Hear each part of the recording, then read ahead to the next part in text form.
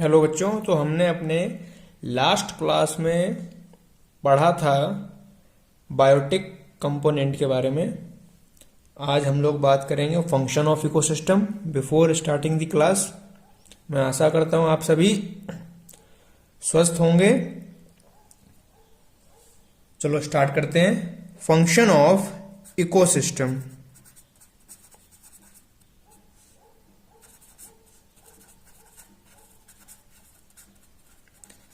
तो बेटा, function of ecosystem की बात करें, इसमें बेसिक दो फंक्शन होते हैं। एक होता है हमारा बायोजियोकेमिकल साइकिल और दूसरा होता है एनर्जी का फ्लो। तो फंक्शन ऑफ इकोसिस्टम में there are two basic function, ठीक है, ऑफ इकोसिस्टम। इकोसिस्टम के दो बेसिक फंक्शन होते हैं। पहला बायोजियो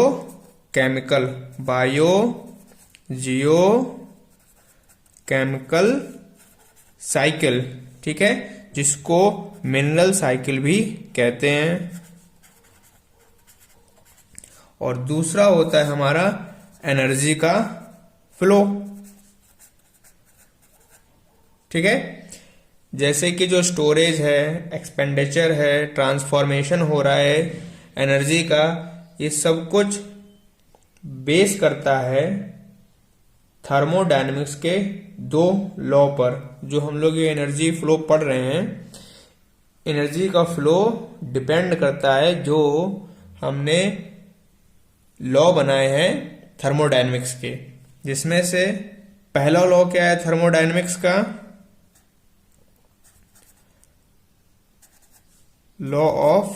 first law of thermodynamics.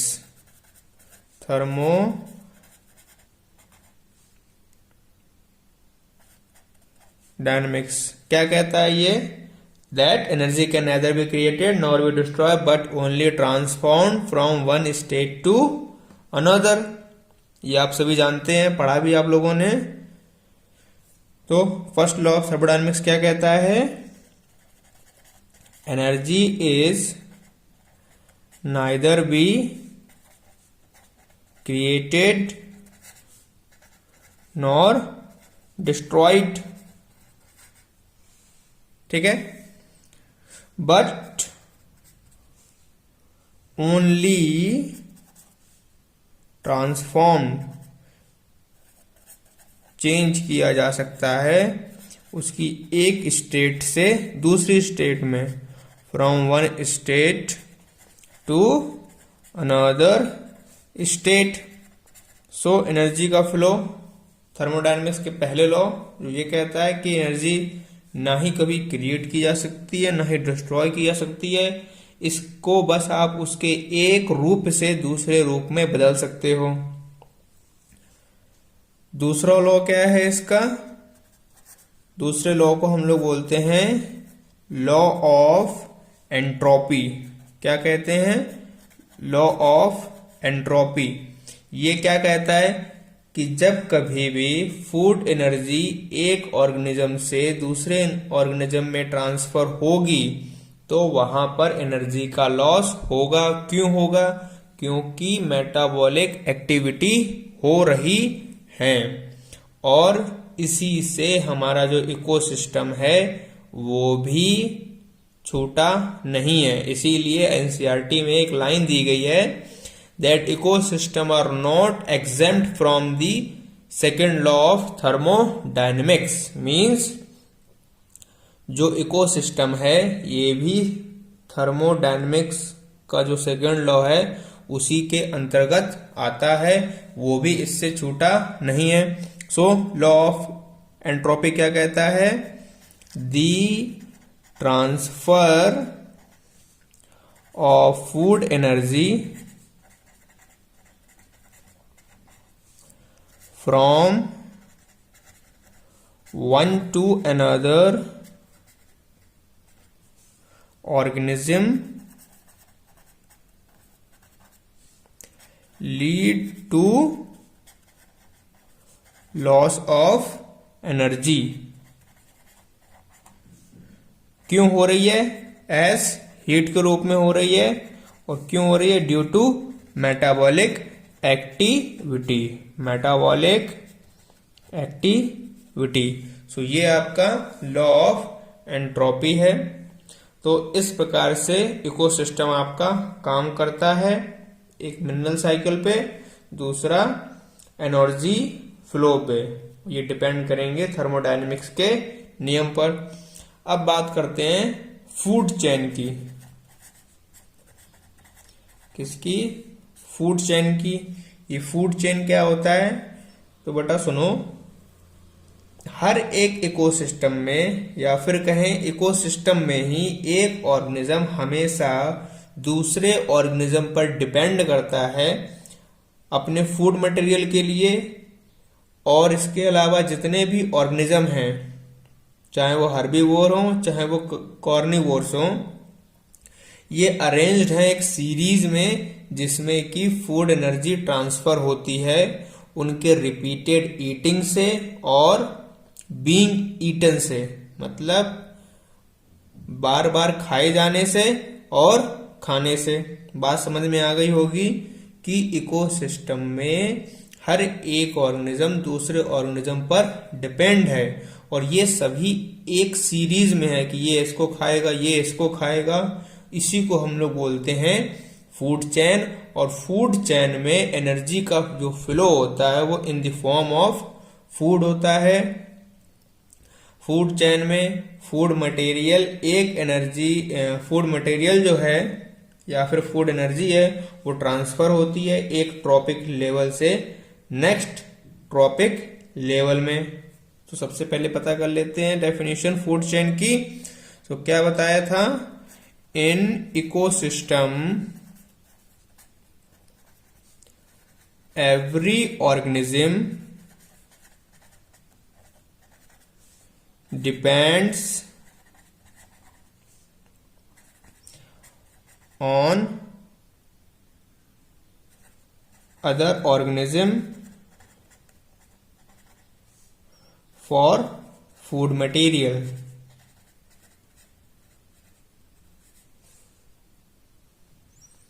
And all organisms are, चाहे वो आपके हर्बीवोर हों और चाहे आपके कार्निवोर्स हों, वो सभी के सभी अरेंज्ड हैं एक सीरीज में। Arranged in a series. ठीक है, जिसमें क्या हो रहा है? In which food energy is transferred हो रही है किसके जरिए? रिपीटेड ईटिंग से। Repeated eating and being eaten, खाए जाने से। ठीक है, और इसी को बोलते हैं food chain. Food is called food chain. So किसकी वजह से हो रही है? Repeated eating and being eaten से। फिर मैंने बताया कि फूड चेन में जो फूड मटेरियल है या फिर फूड एनर्जी है वो ट्रांसफर होती है एक ट्रॉपिक लेवल से दूसरे ट्रॉपिक लेवल पर। तो इकोसिस्टम में नॉर्मली 4 ट्रॉपिक लेवल्स होते हैं, क्योंकि जो एनर्जी जब फ्लो करती है एक ट्रॉपिक लेवल से दूसरे ट्रॉपिक लेवल में तो एनर्जी लॉस होता है, एनर्जी डिक्रीज होती जाती है। 5th ट्रॉपिक लेवल भी होता है लेकिन वो कॉम्प्लेक्स इकोसिस्टम में पाया जाता है। ठीक है, सो नॉर्मली हम बात करें तो कितने ट्रॉपिक लेवल हैं? 4 ट्रॉपिक लेवल। ठीक है, 4 ट्रॉपिक लेवल आर प्रेजेंट। किसमें प्रेजेंट है? हमारे इकोसिस्टम में, इन दी इकोसिस्टम। क्यों? क्योंकि बिकॉज जो लेवल है एनर्जी का वो डिक्रीज होते जाता है। क्या होते जाता है? डिक्रीजेस। जिस समय एनर्जी का फ्लो होता है, during the flow of energy from one trophic level to another, one trophic level to another trophic level. ठीक है, ये बात आपको क्लियर हो गई होगी। तो एक चार्ट बना लेते हैं जिसमें हमारा पहला ट्रॉपिक लेवल होगा, इसके बाद सेकेंड ट्रॉपिक लेवल होगा, देन थर्ड ट्रॉपिक लेवल होगा, and then fourth trophic level होगा। फर्स्ट ट्रॉपिक लेवल में सारे के सारे प्रोड्यूसर्स आ जाएंगे। ठीक है, सेकेंड में प्राइमरी कंज्यूमर्स आ जाएंगे, थर्ड में सेकेंडरी कंज्यूमर्स आ जाएंगे, एंड फोर्थ में टॉप कंज्यूमर्स आ जाएंगे। क्या आ जाएंगे? Top consumers. तो ये बात आपको क्लियर हो गई होगी कि 4 ट्रॉपिक लेवल प्रेजेंट होते हैं इकोसिस्टम में। वैसे मैंने बताया कि 5th भी होगा, लेकिन वो हाईली कॉम्प्लेक्स इकोसिस्टम में होता है, जिसमें कि जो टर्सरी कंज्यूमर है वो सेकेंडरी कंज्यूमर और टॉप कंज्यूमर के बीच में प्रेजेंट होगा। ठीक है, तो नॉर्मली 4 ट्रॉपिक लेवल होते हैं, जिसमें फर्स्ट ट्रॉपिक लेवल में जितने भी प्रोड्यूसर्स हैं वो आएंगे, सेकेंड में प्राइमरी, थर्ड में सेकेंडरी कंज्यूमर, एंड फोर्थ में टॉप कंज्यूमर्स। कुछ खास बातें एज अ नोट आपको ध्यान रखनी, जो मैं अभी बोल रहा था कि कितने होते हैं। देयर आर 5 ट्रॉपिक लेवल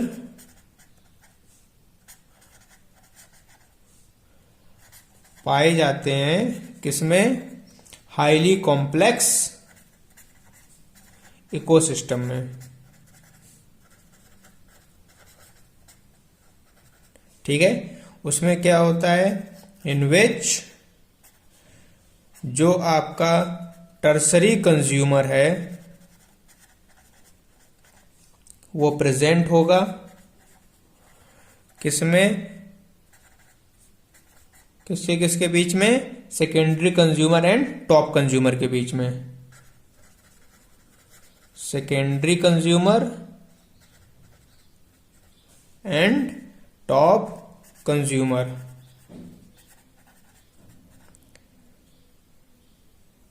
तो जो 5th, इसके बाद क्या होगा, जो 5th ट्रॉपिक लेवल होगा वो आपका टॉप कंज्यूमर बन जाएगा। ठीक है, ऐसा ही चार्ट बनेगा जिसमें ये first trophic level, second, third, fourth, और जो 5th वाला होगा वो टॉप कंज्यूमर हो जाएगा। क्यों?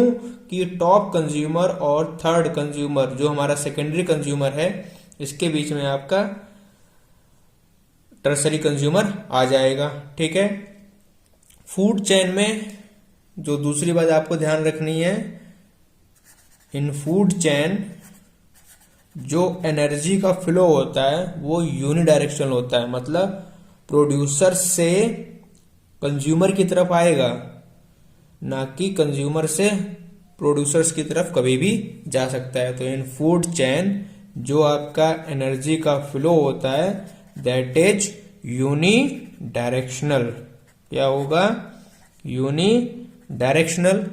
ठीक है, जो शॉर्टर फूड चेन है वो ज्यादा एनर्जी देंगी, जहां पर मतलब फूड ज्यादा लोगों में नहीं बट रहा है, जैसे कि प्रोड्यूसर से सिर्फ प्राइमरी कंज्यूमर में ही जा रहा है, तो यहां पर एनर्जी ज्यादा फ्लो हो रही है एज कंपेयर टू जो एनर्जी प्राइमरी कंज्यूमर से सेकेंडरी कंज्यूमर में जा रही है। सो जो शॉर्टर फूड चेन है, जो छोटी फूड चेन होती हैं, वो क्या प्रोवाइड करती हैं? More energy, will provide more energy. ठीक है, जनरली क्या होता है, जो डिकम्पोजर्स हैं ये कभी भी आपके फूड चेन में इंक्लूड नहीं किए जाएंगे, लेकिन जब इनको इंक्लूड किया जाएगा तो इनको लास्ट ट्रॉपिक लेवल में ही रखा जाएगा। ये इंपॉर्टेंट पॉइंट है कि जो डीकम्पोजर्स हैं, the decomposers are not included in the food chain, कि फूड चेन में कभी भी डीकम्पोजर्स को इंक्लूड नहीं किया जाएगा। बट अगर कभी इंक्लूड किया जाए, बट व्हेन इंक्लूडेड, तो इनको कहां रखना है? लास्ट ट्रॉपिक लेवल की तरह, as the last trophic level. ठीक है। सो अगर डीकम्पोजर्स इंक्लूड किए जाते हैं तो आपको उनको लास्ट ट्रॉपिक लेवल में रख देना है। अब बात करेंगे टाइप ऑफ फूड चेन, कौन कौन सी फूड चेन हमारे नेचर में present. So type of food chain, type of food chains. तो टोटल नेचर में 3 फूड चेन प्रेजेंट है। कितनी है? 3 फूड चेन्स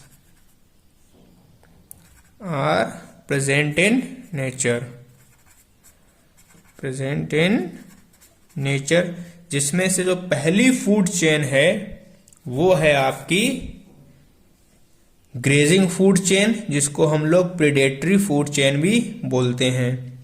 इसमें क्या होता है, जनरली जो हमारी मोस्ट ऑफ फूड चेन है नेचर में, वो सारी की सारी ग्रेजिंग फूड चेन या फिर प्रेडेटरी फूड चेन की ही तरह होती हैं। ये जो फूड चेन होती है इसमें हमेशा बिगिनिंग प्रोड्यूसर से होगी और जो सक्सेसिव ऑर्डर होगा वो स्मॉलर ऑर्गेनिज्म से बिग ऑर्गेनिज्म में जाता है। ठीक है। तो जो पहली हमारी फूड चेन है उसका क्या नाम है? Grazing food chain, grazing food chains, या फिर इसी को एक और नाम दिया था प्रीडेटरी, प्रीडेटरी फूड चेन। ठीक है। इसमें खास बात क्या थी कि मोस्ट ऑफ फूड चेन जो हमारे नेचर में प्रेजेंट हैं, मोस्ट ऑफ फूड चेन जो नेचर में है आर ऑफ दिस टाइप, वो ज्यादातर इसी टाइप की हैं। इसमें जो ये फूड चेन है ये कहां से बिगिन होगी? This food chain begins with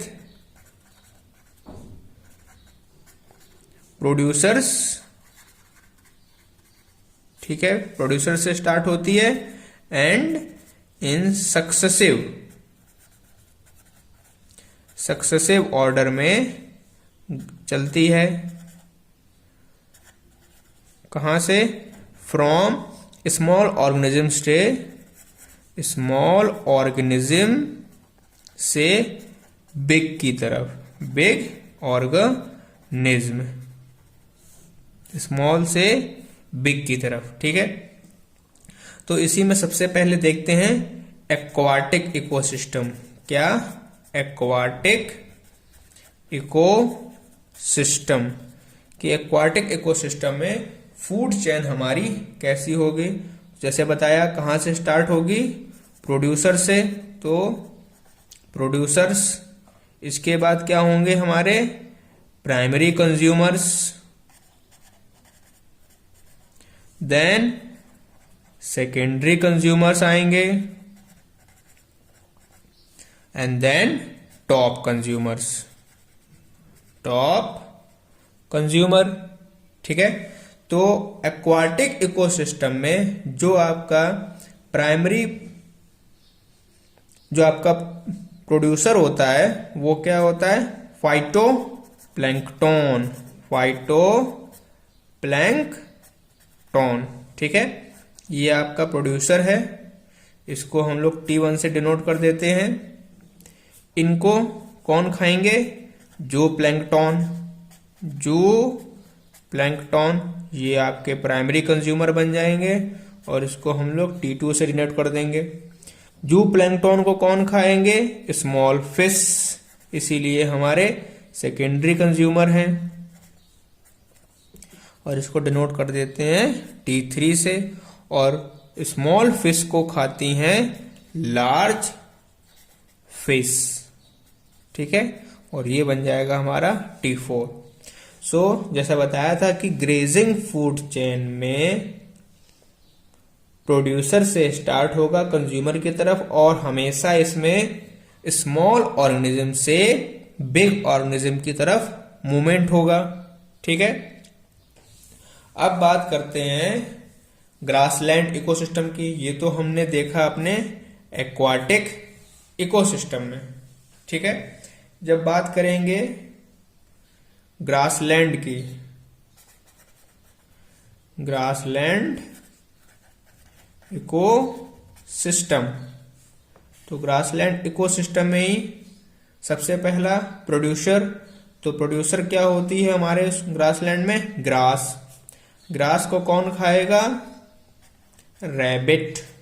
rabbit को कौन खाएगा?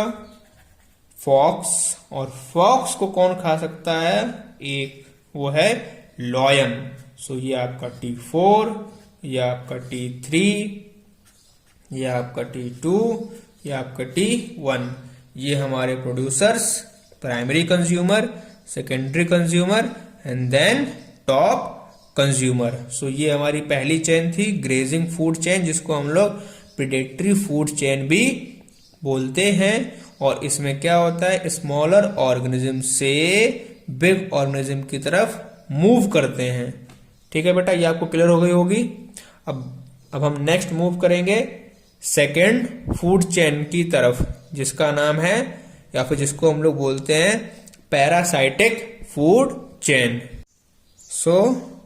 पैरासाइटिक फूड चेन सेकेंड कौन सी है हमारी? Parasitic food chain. Parasitic food chain की खास बात क्या है? ये फूड चेन भी हमारी सिमिलरली पहले वाली फूड चेन की तरह प्रोड्यूसर से स्टार्ट होगी, लेकिन जो सक्सेसिव ऑर्डर होगा इसका, वो बिग ऑर्गेनिज्म से स्मॉलर ऑर्गेनिज्म की तरफ जाएगा, ठीक है। ये आपको बात ध्यान रखनी है। This food chain also starts from producers, लेकिन एक खास बात, बट इन सक्सेसिव ऑर्डर। जब हम बात करेंगे सक्सेसिव ऑर्डर की, तो ये कहां से कहां जाएगा? It goes from big organism to smaller one to the smaller organism, ठीक है। ये आपको इसमें बात खास याद रखनी है।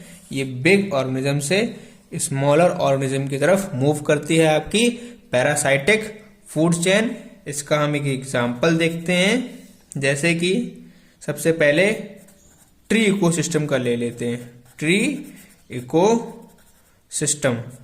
ट्री इकोसिस्टम में क्या होता है? सबसे बड़ा ट्री जो हमारा प्रोड्यूसर भी है, इसलिए हमारा T1 हो जाएगा। इससे छोटा इसके ऊपर क्या बैठेंगी? बर्ड, ये हमारा T2 हो जाएगा। और देन पैरासाइट्स, ये हमारे T3, ठीक है। तो जो हमारी फूड चेन, एक तो ये वाली जो आपने पहले पढ़ी, ये डायरेक्टली डिपेंड करती हैं, अगर आप ध्यान से देखोगे, सोलर रेडिएशन पर, क्योंकि अगर सोलर रेडिएशन नहीं होंगे तो प्रोड्यूसर्स के पास एनर्जी नहीं होगी और वो कुछ भी प्रोड्यूस नहीं कर पाएंगे, ठीक है। तो ये दोनों ही सोलर रेडिएशन के ऊपर डिपेंड करते हैं और इनके पास रैपिड एनर्जी का फ्लो होता है। तो पैरासाइटिक फूड चेन आपको क्लियर हो गई होगी कि इसमें भी प्रोड्यूसर से स्टार्ट होंगे, लेकिन जो सक्सेसिव ऑर्डर होगा वो बिग ऑर्गेनिज्म से स्मॉलर ऑर्गेनिज्म की तरफ होगा। और एक नोट भी आपको याद रखना है कि जो फूड चेन है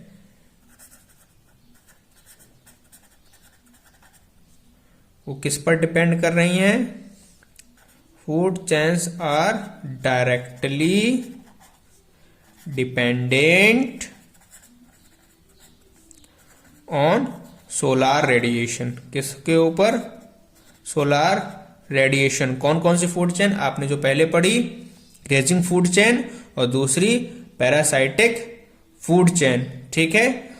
और इसमें क्या हो रहा है? एंड हैव रैपिड एनर्जी का फ्लो हो रहा है। And have rapid energy flow. ये दो चीजें आपको ध्यान रखनी है। सोलर रेडिएशन पर डिपेंड कर रही हैं और इनमें रैपिड एनर्जी का फ्लो होता है। जो थर्ड टाइप हमारी फूड चेन होती है वो होती है डेट्रीसस फूड चेन या फिर सैप्रोफाइटिक फूड चेन। कौन सी है वो? डेट्रीसस फूड चेन। इसी को हम लोग सैप्रोफाइटिक फूड चेन भी बोलते हैं। सैप्रोफाइटिक फूड चेन, ठीक है। इसमें क्या होगा? ये डिकम्पोजिशन से स्टार्ट होगी डेड ऑर्गेनिक मटेरियल का। और कौन करेगा? डिकम्पोजर्स करेंगे। इसीलिए इसको हम लोग सैप्रोफाइटिक फूड चेन बोलते हैं। इस फूड चेन में जो प्राइमरी कंज्यूमर्स होंगे वो हमारे बैक्टीरिया और फंजाई होंगे। सो डेट्रीसस फूड चेन या फिर सैप्रोफाइटिक फूड चेन खास बात क्या है? Starts from decomposition. डिकम्पोजिशन कहां से स्टार्ट होगी? डिकम्पोजिशन से। वो भी किसका डिकम्पोजिशन? डेड ऑर्गेनिक मैटर का, ठीक है। किसके द्वारा किया जाएगा? By decomposers. डिकम्पोजर्स। वो डिकम्पोजर्स हमारे कौन कौन से होंगे?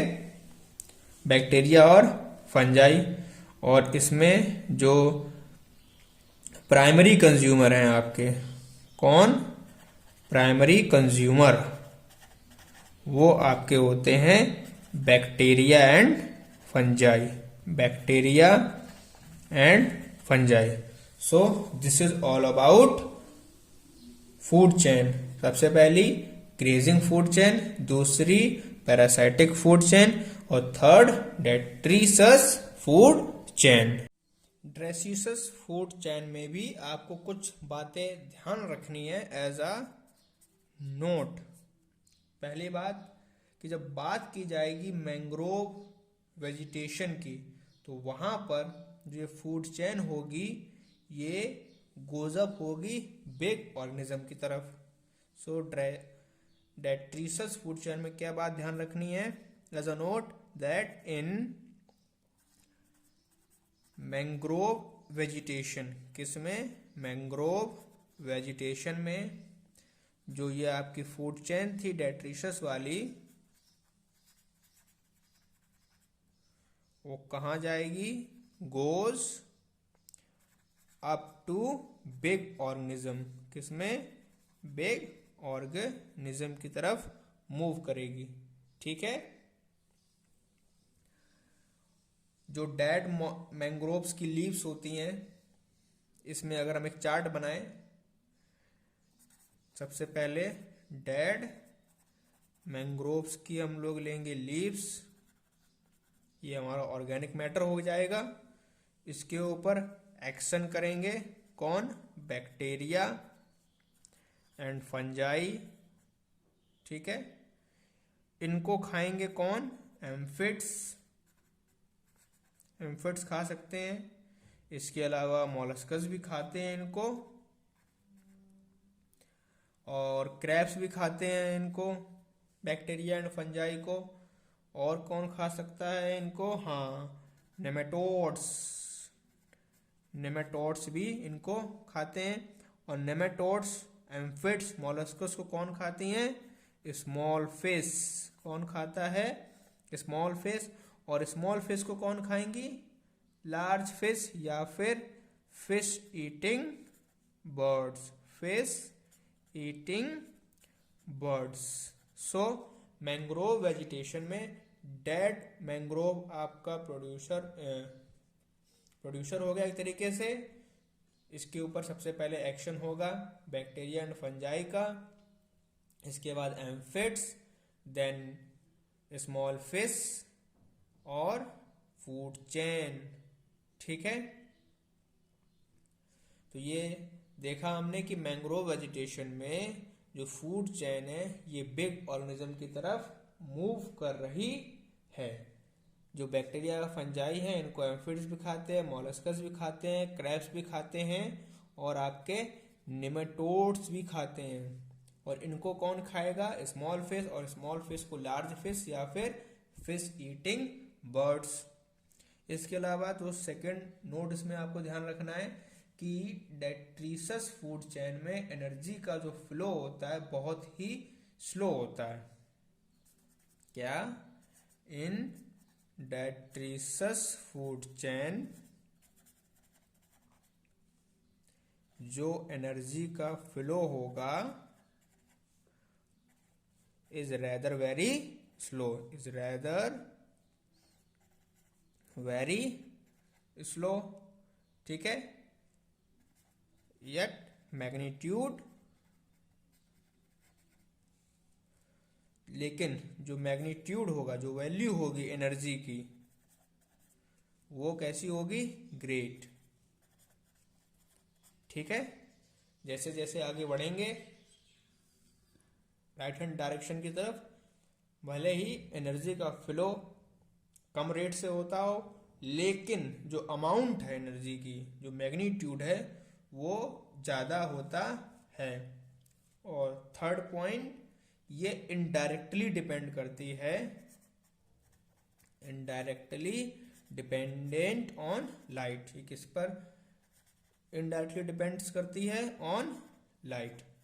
तो जब बात करते हैं तीनों फूड चेन की, तो उनमें डिफरेंस जो है कि जो पहली दो फूड चेन है पैरासाइटिक और ग्रेजिंग, वो दोनों की दोनों लाइट पर डायरेक्ट डिपेंड करती हैं। उनका जो रेट है एनर्जी फ्लो का वो ज़्यादा है, बहुत तेज़ी से होता है, लेकिन एनर्जी का जो मैग्नीट्यूड है वो कम होते जाता है। लेकिन डेट्रिसस में, पर्टिकुलर मैंग्रोव में बात करें तो स्मॉल से बिग ऑर्गेनिज्म की तरफ जाएंगी। दूसरी बात, डेट्रिसस फूड चेन में एनर्जी का फ्लो बहुत ही स्लो होता है, लेकिन जो मैग्नीट्यूड होता है एनर्जी का वो बहुत ज़्यादा होता है।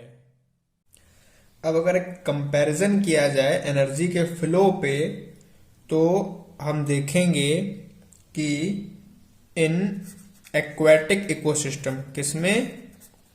एक्वाटिक इकोसिस्टम में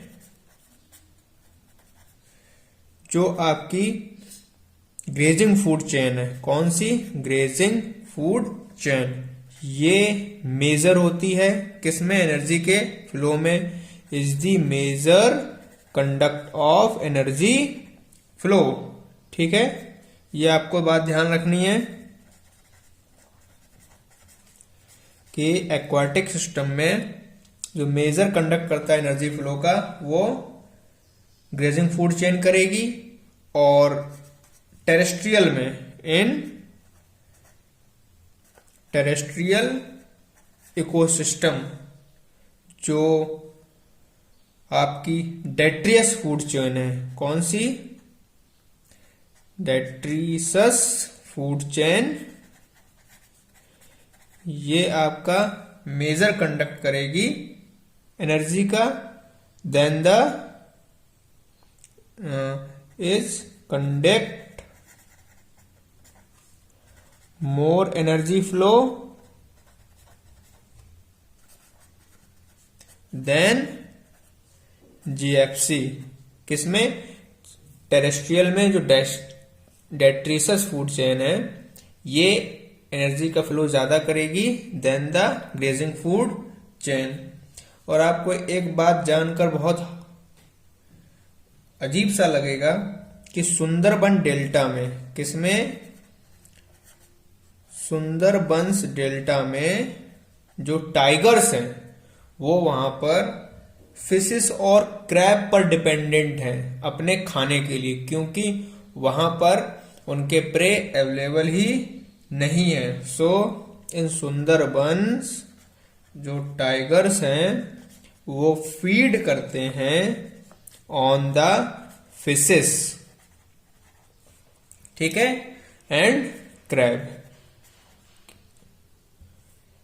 अब हम लोग नेक्स्ट जो हमारा टॉपिक है जो हम लोग लेंगे वो है फूड वेब। तो हमारा नेक्स्ट टॉपिक है फूड वेब। वेब आप जानते हैं, जाल। तो बात करते हैं फूड वेब होता क्या है। तो जितने भी बड़े बड़े इकोसिस्टम होते हैं उसमें कई सारी फूड चेन्स होती हैं और वो सारी फूड चेन्स एक दूसरे से इंटरलिंक्ड होती हैं अलग अलग ट्रॉफिक लेवल पर, और जब ऐसा होता है तो वो एक फूड वेब का फॉर्मेशन करती हैं, ठीक है। तो ये है फूड वेब की डेफिनेशन। क्या है, दैट इन बिग इकोसिस्टम कई सारी food chains, many food chains are interlinked together on different trophic levels,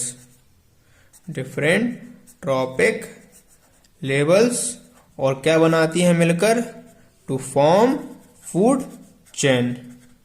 आपको फूड वेब क्लियर हो गया होगा। फूड वेब क्या होता है। फूड वेब में क्या होगा, जो ट्रांसफर होगा फूड एनर्जी का वो यूनिडायरेक्शनल ही रहेगा, लेकिन यहां पर डिफरेंट अल्टरनेटिव पाथवे होते हैं, ठीक है। तो जो फूड एनर्जी है वो यूनिडायरेक्शनल ही रहेगी, उसमें कोई भी फर्क नहीं पड़ेगा, ठीक है। लेकिन but from many different alternative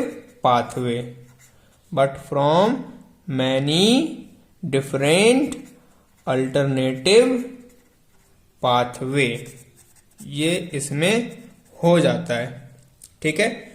food web में क्या होता है कि जो मेंबर्स होते हैं एक पर्टिकुलर लेवल के, उनके पास में चॉइस होती है कि वो इसके अलावा और कोई दूसरी चीज भी खा सकते हैं। जैसे कि आपकी डाइनिंग टेबल पर 3-4 चीजें रखी हुई हैं और सब आपकी पसंद की हैं, तो आप कोई भी चूज कर सकते हो। ऐसा ही फूड वेब में भी होता है। तो जितना ज्यादा फूड वेब कॉम्प्लेक्स होता जाएगा वो उतना ही ज्यादा स्टेबल, परमानेंट और लॉन्ग होता जाता है। मतलब उसकी स्टेबिलिटी, उसके बात करें कि कितने समय तक टिकेगा, तो जितना ज्यादा कॉम्प्लेक्सिटी होगी उतनी ज्यादा ही उसकी लाइफ बढ़ जाती है। सो क्या बताया मैंने इसमें, as much as food web is complex, जितना ज्यादा फूड वेब कॉम्प्लेक्स होगा वो जो इकोसिस्टम है, जिस इकोसिस्टम में ये फूड वेब कॉम्प्लेक्स बन रहा है वो उतना ही ज्यादा परमानेंट और स्टेबल हो जाएगा। परमानेंट एंड स्टेबल, ये बात आपको ध्यान रखनी है। जो इस टाइप के इकोसिस्टम होते हैं ये नेचुरली डिस्ट्रॉय नहीं होते हैं और लंबे समय तक चलते हैं। इसके अलावा जो ये इकोसिस्टम है ये किसी भी ऑर्गेनिज्म के लॉस होने से अफेक्ट नहीं, इन्हें मतलब किसी भी टाइप का अफेक्ट नहीं पड़ेगा अगर इसमें कोई ऑर्गेनिज्म लॉस भी होता है। वे इकोसिस्टम जिनमें सिंपल फूड वेब होता है वो लंबे समय तक नहीं टिक पाते हैं, ठीक है, वो उतने ज्यादा स्टेबल नहीं होते हैं। अब हम एक फूड वेब बनाते हैं, जैसे कि सबसे पहले हमारे प्लांट्स हो गए, ठीक है। अब प्लांट्स को कौन कौन खा सकता है? प्लांट्स को आपके डियर खाते हैं, प्लांट्स को आपके गोट खाती है, प्लांट्स को रैबिट खाता है, ठीक है। इसके अलावा बात करें तो रैबिट को कौन खाएगा? फॉक्स खाता है, जैकॉल भी खाता है, वुल्फ भी खाता है। और वुल्फ इन सबको कौन खाएगा? लॉयन। इसके अलावा लॉयन के पास एक और भी चॉइस है कि वो गोट को भी खा सकता है, और इसके अलावा डियर को भी खा सकता है ना। अब अगर और थोड़ा सा इसमें एक्सपेंड करें तो फूड को प्लांट्स को आपके इंसेक्ट्स भी खाते हैं, रैट्स भी खाते हैं। और रैट्स को कौन खा रहा होगा? स्नेक। स्नेक को कौन खाता है? पीकॉक, है ना। और इसके अलावा इंसेक्ट्स को कौन खाते हैं? इंसेक्ट्स को आपके फ्रॉग खाते हैं, है ना। और फ्रॉग को कौन खाता है? स्नेक। और फ्रॉग को और कौन खाता है? फ्रॉग को हमारी ईगल भी खाती है। इसके अलावा ईगल के पास और चॉइस है कि वो स्नेक को भी खा सकता है, ठीक है। और इसके अलावा पीकॉक, पीकॉक भी आपके प्लांट्स को खाती है। कभी ध्यान दिया होगा अगर तो आपको देखने को मिलेगा।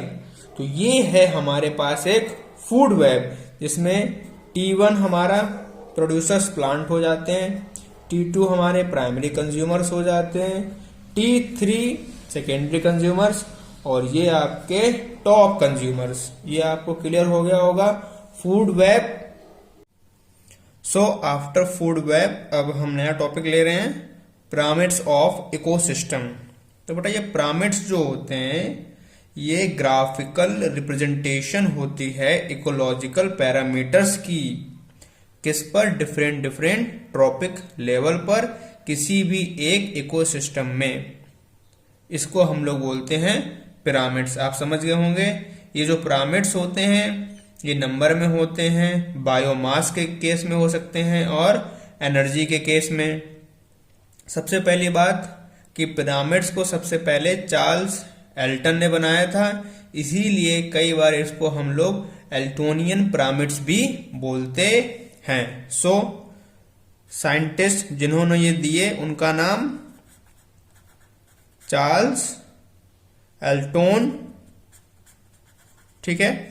अब पिरामिड होते क्या है तो इसकी डेफिनेशन जान लो, मैंने भी बताई। It is the graphical representation. क्या है ये? ग्राफिकल रिप्रेजेंटेशन होती है किस चीज की? इकोलॉजिकल पैरामीटर्स की। इकोलॉजिकल पैरामीटर्स, ठीक है। किस चीज पर होगी? एट डिफरेंट ट्रॉपिक लेवल पे। Eight different trophic level in ecosystem. कहां पर? इकोसिस्टम के अंदर। उसको बोलेंगे पिरामिड्स, ठीक है। जो इसमें बात कही है पैरामीटर्स। अब देखते हैं कि पैरामीटर्स कौन कौन से हैं। तो जिन पैरामीटर्स पे ग्राफिकल रिप्रेजेंटेशन की जाती है वो है आपके नंबर के ऊपर, दूसरा बायोमास के ऊपर, और तीसरी चीज एनर्जी के ऊपर। इन तीनों के ऊपर पिरामिड्स बनाए जाते हैं। पिरामिड्स के 3 पार्ट होते हैं। एक होता है उसका बेस यानी कि बसल पार्ट, दूसरा मिड पार्ट और तीसरा टॉप। इसको आप टायर भी कह सकते हो, बसल टायर, मिड टायर और टॉप टायर। जो कि जिसमें जो बसल है वो प्रोड्यूसर को शो करता है, मिड वाला हर्बीवोर्स को शो करेगा, टॉप वाला कार्निवोर्स को शो करेगा। सो इन पिरामिड्स, पिरामिड्स में क्या होते हैं? एक बसल पार्ट होगा इसका, एक मिड होगा और एक टॉप टायर होगा। ठीक है, जो क्या शो करेंगे, पैरामीटर वैल्यूज को, पैरामीटर वैल्यूज। ठीक है, किसके लिए शो करेंगे, प्रोड्यूसर्स के लिए, हर्बीवोर्स के लिए एंड कार्निवोर्स के लिए, वो भी किसके, एक इको सिस्टम में, इन द इको सिस्टम। ठीक है, ये बातें आपको ध्यान रखनी है कि पिरामिड्स में क्या क्या होता है, पैरामीटर्स कौन कौन से हैं और इसकी डेफिनीशन। ठीक है, अब बात करते हैं कितने टाइप के पिरामिड्स होते हैं। तो टाइप्स ऑफ पिरामिड्स, जनरली बच्चों 3 टाइप्स के पिरामिड्स होते हैं, जिसमें पहला होगा पिरामिड ऑफ नंबर, दूसरा होगा पिरामिड ऑफ बायोमास और तीसरा होगा पिरामिड ऑफ एनर्जी। तो सबसे पहला देखते हैं टाइप्स ऑफ पिरामिड में 3 टाइप्स। ठीक है, कौन कौन से हो गए, जो मैंने भी बताया, पिरामिड ऑफ नंबर उन्हीं पैरामीटर से बनाए जाएंगे, pyramid of biomass, pyramid of energy, जिसमें से पहला जो है हम लेके चल रहे हैं पिरामिड्स ऑफ नंबर। ठीक है, इसकी बात जब करते हैं तो पिरामिड ऑफ नंबर में क्या होता है, जो नंबर होते हैं इंडिविजुअल ऑर्गेनिज्म के, बहुत सारी या फिर जो वेरियस ट्रॉपिकल लेवल हैं उनमें शो किए जाते हैं। ये पिरामिड्स मोस्टली अपराइट होते हैं। अपराइट होने का मतलब जब ये नीचे से ऊपर जाएंगे तो इनका नंबर कम होते जाएगा। क्योंकि अपराइट क्यों होते हैं, क्योंकि जो नंबर ऑफ प्रोड्यूसर्स हैं वो मैक्सिमम होंगे इस केस में, पिरामिड ऑफ नंबर में, उससे कम हर्बीवोर्स होंगे और सबसे कम कार्निवोर्स होंगे, और कार्निवोर्स वैसे अपेक्स लेवल पे जाएंगे। इसीलिए जो पिरामिड्स ऑफ नंबर होते हैं ये अपराइट होते हैं। ठीक है, इसमें आपके ग्रासलैंड इकोसिस्टम के भी आएंगे और एक्वाटिक इकोसिस्टम को भी शो किया जाता है पिरामिड ऑफ नंबर से। तो इसमें मैंने क्या बताया, in this the number of individual the number of individual organism in various tropic level is shown। ठीक है, दूसरी बात, these pyramids are कैसे होते हैं, upright, mostly pyramids are mostly upright. ठीक है, कैसे होते हैं, अपराइट होते हैं। क्यों होते हैं अपराइट, बिकॉज जो आपके नंबर ऑफ प्रोड्यूसर्स हैं, इनको हमने T1 कंसीडर किया था, ये मैक्सिमम होंगे। ठीक है, एंड उसके बाद फिर नंबर ऑफ हर्बीवोर्स आएंगे एंड देन कार्निवोर्स। ये डिक्रीजेस होते जाएंगे टूवर्ड्स अपेक्स। कहां पर, कोने पे, टूवर्ड्स अपेक्स एच पे। ठीक है, या फिर एट सक्सेसिव, ऐसा भी कह सकते हैं, और एट सक्सेसिव ट्रॉपिक लेवल। ठीक है, तो सबसे नीचे आपके प्रोड्यूसर्स होंगे और उसके ऊपर हर्बीवोर एंड देन आपके कार्निवोर्स।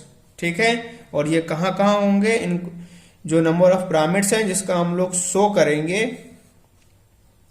ये शो किया जाता है सच एस किसमें, ग्रासलैंड इकोसिस्टम में, ग्रासलैंड इकोसिस्टम में एंड एक्वाटिक इकोसिस्टम में। किसमें, एक्वाटिक इकोसिस्टम। बातें क्लियर हो गई हैं। अब इनके हम पिरामिड्स बनाते हैं। तो पहले ग्रासलैंड इकोसिस्टम का पिरामिड बनाएंगे।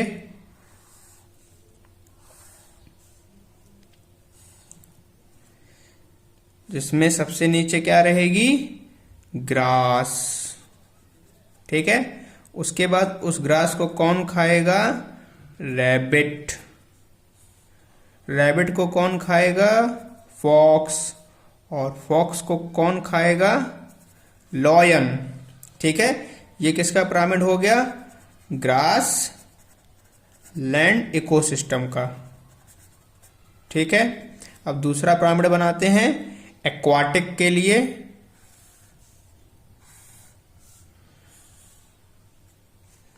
ये हो जाएगा, सबसे पहले क्या होंगे उसमें, फोटोप्लैंक्टन। फोटोप्लैंक्टन, उनको कौन खाएगा, जूप्लैंक्टन। जूप्लैंक्टन को कौन खाएंगी, स्मॉल फिश। और स्मॉल फिश को कौन खाएगा, लार्ज फिश। तो ये हमारा जो पिरामिड है ये है एक्वाटिक इकोसिस्टम का। किसका, एक्वाटिक इकोसिस्टम का।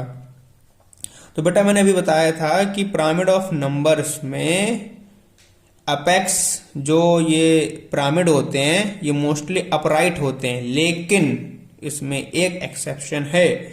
जब बात करेंगे ट्री इकोसिस्टम की, उस समय पिरामिड ऑफ नंबर इन्वर्टेड हो जाता है। मतलब क्या है कि जब तक हम बात ग्रासलैंड इकोसिस्टम और एक्वाटिक इकोसिस्टम की बात करेंगे तब तक आपका पिरामिड अपराइट रहेगा, but when we talk about tree ecosystem pyramid of numbers inverted हो जाते हैं।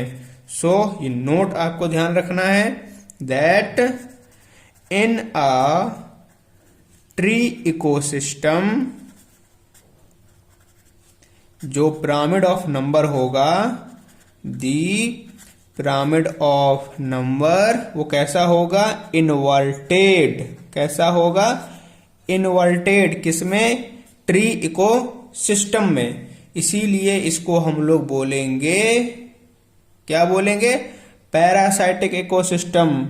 दिस इज कॉल्ड, क्या कहा जाएगा, पैरासाइटिक इकोसिस्टम।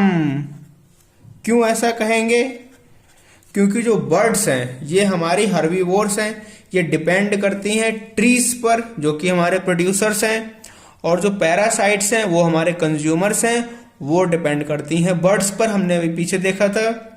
इसीलिए जैसे जैसे नंबर ऑफ ट्रॉपिक लेवल बढ़ते जाएंगे, जो नंबर ऑफ ऑर्गेनिजम्स हैं ये भी बढ़ते जाएंगे सिक्वेंसली। इसका हम लोग पिरामिड बनाते हैं, फिर देखते हैं। सो इसका इन्वर्टेड पिरामिड बनेगा। इन्वर्टेड मतलब उल्टा। ठीक है, तो सबसे पहले पैरासाइट्स जो सबसे ज्यादा नंबर में होंगे उनको खाएंगी बर्ड्स, और बर्ड्स को खाएं, और बर्ड्स किसके ऊपर डिपेंड है, ट्री के ऊपर। सो ये किसके लिए है, ट्री इकोसिस्टम के लिए। बहुत इंपॉर्टेंट बात आपको ध्यान रखनी है रिगार्डिंग एग्जाम। ठीक है, कि जब हम बात करेंगे ट्री इकोसिस्टम की तो उसमें इन्वर्टेड पिरामिड होता है। ठीक है, अब कुछ और नोट करने की बातें हैं इंपॉर्टेंट जो आपको ध्यान रखनी है। सबसे पहली बात, जो मैक्सिमम नंबर ऑफ प्रोड्यूसर्स हैं ये हमेशा एक्वाटिक इकोसिस्टम में होंगे। मैक्सिमम नंबर ऑफ प्रोड्यूसर्स किसमें होंगे, इन एक्वाटिक इकोसिस्टम। ठीक है, जो नंबर ऑफ ऑर्गेनिज्म होंगे किसी भी ट्रॉपिक लेवल पर वो डिपेंड करते हैं कि कितनी अवेलेबिलिटी है ऑर्गेनिज्म की जिनको फूड की तरह यूज किया जाएगा। किस पर, लोअर लेवल पे। इसीलिए जो अवेलेबिलिटी होती है फूड की ये मेन फैक्टर होती है। इसीलिए प्रोड्यूसर्स सबसे ज्यादा एक्वाटिक इकोसिस्टम में प्रेजेंट होते हैं, क्योंकि एक्वाटिक सिस्टम सबसे बड़ा इकोसिस्टम होता है, तो उनको फीड कराने के लिए प्रोड्यूसर्स भी तो उतने ज्यादा होंगे। बात समझ में आ गई। दूसरी बात, जो पिरामिड ऑफ नंबर है वो बायोटिक पोटेंशियल को शो करता है।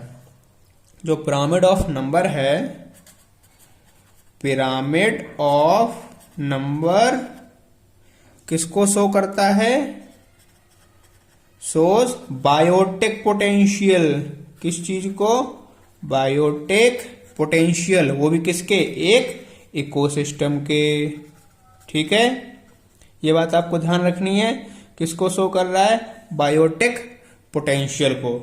तो ये इतना सब कुछ आपको ध्यान रखना है पिरामिड ऑफ नंबर्स में। अब बात करते हैं pyramid of biomass. So pyramid of biomass, pyramid of biomass जो कि हमारा सेकंड नंबर का है। इसमें क्या होता है, जो ये पिरामिड होता है ये रिप्रेजेंट करता है कि टोटल अमाउंट ऑफ बायोमास हर एक ट्रॉपिक लेवल जो है इकोसिस्टम का, उसमें कितना प्रेजेंट है या फिर कितना रिप्रेजेंट किया जा रहा है। मोस्टली ये भी पिरामिड अपराइट होते हैं और इसमें आपका ट्री इकोसिस्टम आएगा और फॉरेस्ट इकोसिस्टम आएगा। एक बार दोबारा समझ लो, जो पिरामिड ऑफ बायोमास होते हैं ये रिप्रेजेंट करते हैं टोटल अमाउंट ऑफ बायोमास, वो भी हर एक ट्रॉपिक लेवल का। ठीक है, सो ये क्या शो करते हैं? Represent the total amount of biomass of each, हर एक ट्रॉपिक लेवल का, of each trophic level of eco system. ठीक है, और दूसरी बात ये भी कैसे होंगे? Mostly these pyramids are upright. Pyramids are also upright. ठीक है, और इसके एग्जाम्पल क्या क्या आ जाएंगे? एक आ जाएगा ट्री इकोसिस्टम और दूसरा फॉरेस्ट इको सिस्टम। अब हम पिरामिड बनाते हैं सबसे पहले ट्री इकोसिस्टम का।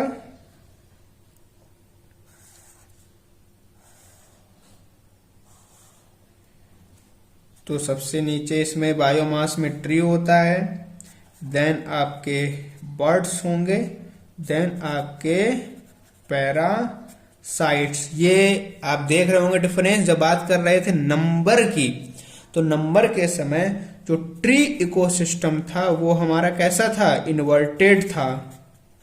लेकिन पिरामिड ऑफ बायोमास में ट्री इकोसिस्टम आपका अपराइट होता है और साथ ही साथ जो ग्रास लैंड इकोसिस्टम है ये भी अपराइट ही होता है। सबसे नीचे उसमें ग्रास आती है, ग्रास को खाने वाला फिर रैबिट आता है, रैबिट को खाने वाला फॉक्स आता है और देन आपका लॉयन। ठीक है, ग्रास लैंड इको सिस्टम। ठीक है, ये उन दोनों के क्या है? Pyramid of biomass.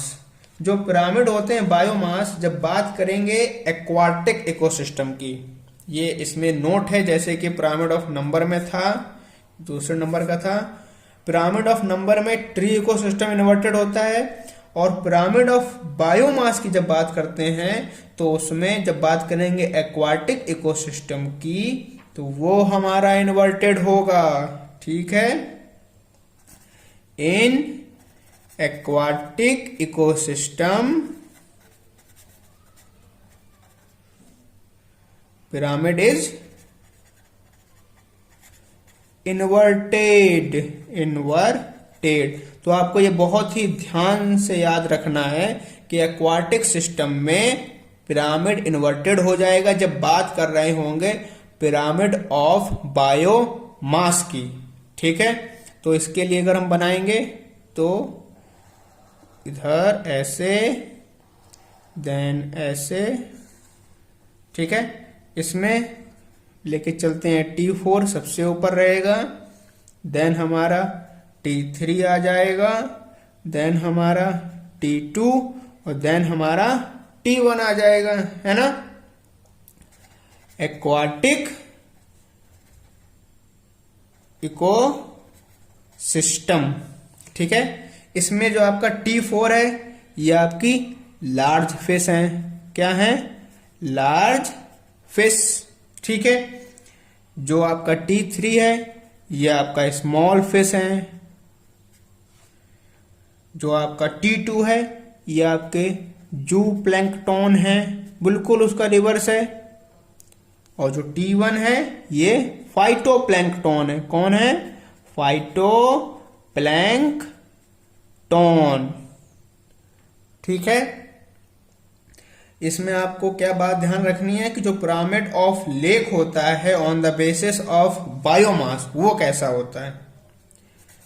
Pyramid of lake की जब बात करेंगे, किसके बेस पर? On the basis of biomass. So वो आपका कैसा होगा? ऐसा, देन ऐसा एंड देन ऐसा। यहां T1 होगा, यहां T2 होगा और यहां पर T3 होगा। तो देख रहे हैं इसमें जो आपके प्राइमरी कंज्यूमर हैं वो ज्यादा नंबर में होते हैं, प्रोड्यूसर्स उससे कम होते हैं, और सबसे कम आपके प्रोड्यूसर्स सबसे कम होते हैं और सबसे ज्यादा प्राइमरी कंज्यूमर, उनसे कम सेकेंडरी कंज्यूमर। ये आपको ध्यान रखना है पिरामिड ऑफ लेक, ठीक है। इसके बाद कुछ लिमिटेशंस हैं इकोलॉजिकल पिरामिड की, वो देखते हैं। Before moving on the limitation of ecological pyramids, कुछ स्पेशल पॉइंट देखते हैं। जिसमें पहला जो स्पेशल पॉइंट है वो है स्टैंडिंग क्रॉप। और स्टैंडिंग क्रॉप होती क्या है? ये total amount of organic matter जो एक पर्टिकुलर एरिया में एक पर्टिकुलर टाइम में प्रेजेंट होती है किसी भी इकोसिस्टम में, उसको हम लोग बोलते हैं स्टैंडिंग क्रॉप। और इस स्टैंडिंग क्रॉप को एक्सप्रेस किया जाता है इन टर्म्स ऑफ वेट पर एरिया। इसके अलावा जो बायोमास को मेजर करने के लिए डिवाइस बनी है उसका नाम होता है बॉम कैलोरी मीटर। क्या है? Biomass is measured by bomb calorimeter. Bomb calorimeter, ये आपको ध्यान रखना है कि बायोमास को मेजर किससे करते हैं। दूसरा जो स्पेशल पॉइंट आपको ध्यान रखना है वो है स्टैंडिंग क्वालिटी और स्टैंडिंग स्टेट। क्या? स्टैंडिंग क्वालिटी और स्टैंडिंग स्टेट, ठीक है। अब देखते हैं ये क्या होता है। ये कुछ नहीं, जैसे कि स्टैंडिंग क्रॉप आपका टोटल अमाउंट होता है ऑर्गेनिक मैटर का, वैसे स्टैंडिंग क्वालिटी और स्टैंडिंग स्टेट टोटल अमाउंट होता है इनऑर्गेनिक सब्सटेंसेस का, जैसे कि फास्फोरस है, सल्फर है, नाइट्रोजन है, हाइड्रोजन है, जो कि एक पर्टिकुलर एरिया में एक पर्टिकुलर टाइम में किसी भी इकोसिस्टम में प्रेजेंट होते हैं। सो ये क्या है? Total amount of inorganic matter, inorganic matter, ठीक है। जो पिरामिड होता है बायोमास का वो किसी भी इकोसिस्टम के स्टैंडिंग क्रॉप को शो करता है। ये नोट आपको ध्यान रखना है स्पेशल पॉइंट में कि जो पिरामिड होगा बायोमास का, द पिरामिड ऑफ बायोमास क्या शो करेगा हमेशा? Show the standing crop of eco system, ना कि स्टैंडिंग क्वालिटी को बताएगा। ये आपको ध्यान रखना है कि जो पिरामिड होगा बायोमास का वो हमेशा स्टैंडिंग क्रॉप को शो करता है, ना कि स्टैंडिंग क्वालिटी को। अब हम बात कर लेते हैं जो हमारा थर्ड होता है पिरामिड्स ऑफ एनर्जी। क्या? Pyramids of energy. इसको देखते हैं कि पिरामिड ऑफ एनर्जी को कैसे डिफाइन किया गया है। ये बेटा पिरामिड ऑफ एनर्जी कुछ नहीं, ये बताता है कि total amount of energy different different trophic level में कितनी है। जो एनर्जी पिरामिड्स होते हैं ये हमेशा अपराइट होते हैं, इरेक्ट होते हैं। क्योंकि ऐसा क्यों होता है? क्योंकि ग्रेजुअल डिक्रीज होता है एनर्जी में जैसे जैसे आप ट्रॉपिक लेवल में बढ़ते जाओगे। जैसे कि जो प्लांट्स हैं सबसे ज्यादा एनर्जी इनके पास, इनको खाने वाले हर्बीवोर्स प्लांट से एनर्जी इनके पास कम होगी, और उन हर्बीवोर्स को खाने वाले कार्निवोर्स उनके पास energy as compare to herbivores भी कम पहुंचेगी। सो जितने भी वेजिटेरियन हैं इनको एनर्जी ज्यादा मिलती है नॉन वेजिटेरियन वालों से। क्यों? कि नॉन वेजिटेरियन वाले सेकेंडरी कंज्यूमर हैं और जो भी वेजिटेरियन होते हैं ये सभी प्राइमरी कंज्यूमर होते हैं। ठीक है। और जो बेटा एनर्जी का ट्रांसफर होता है वो हमेशा 10% के हिसाब से होता है, जिसको हम लोग बोलते हैं 10% लॉ ऑफ लिंडेमैन। ठीक है। इन्होंने बताया था कि जब एनर्जी का ट्रांसफर होगा, जैसे कि प्लांट में 100% एनर्जी है, तो जो हर्बीवोर्स उनको खाएंगे उसको प्लांट के केवल 10% एनर्जी मिलेगी, और उन हर्बीवोर्स को जो कार्निवोर्स खाएंगे उनको कितनी मिलेगी? उसका भी 10%, यानी कि 1% मिलेगी। ठीक है। ये बात को आपको ध्यान रखनी है। सो पिरामिड ऑफ एनर्जी क्या होता है? It represent amount of energy. क्या? Amount of energy at different trophic level. ठीक है। और क्या बताया? It always upright. क्या होगा? अपराइट होगा और इरेक्ट होगा। क्यों होगा? क्योंकि ग्रेजुअल डिक्रीज होता है एनर्जी में जब वो सक्सेसफुली जाती है। फिर मैंने आपको बताया कि according to the 10% law of Lindeman, इन्होंने क्या कहा था? जो 90% एनर्जी ऑब्टेन्ड होती है ऑर्गेनिज्म में वो यूटिलाइज कर ली जाती है बहुत सारी मेटाबॉलिक एक्टिविटीज जो उनके अंदर जो होती हैं। इसके अलावा हीट में, और केवल 10% एनर्जी ही ट्रांसफर होती है नेक्स्ट ट्रॉपिक लेवल पर। तो 10% ऑफ लिंडेमैन क्या कहता है?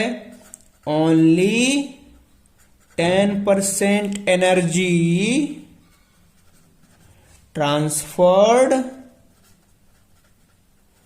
To the next trophic level. So जिसको एनर्जी ज्यादा चाहिए वो आज से ही वेजिटेरियन बन जाए। ठीक है। That's all for today. आज हमने पिरामिड तक कंप्लीट किया है। अपनी नेक्स्ट क्लास में हम लोग आगे जैसे कि प्रोडक्टिविटी है इसको देखेंगे, इसको कंप्लीट करेंगे। देन हमारा एबायोटिक एनवायरमेंटल फैक्टर। ठीक है। So please like the channel, subscribe the channel and share. Thank you बच्चों।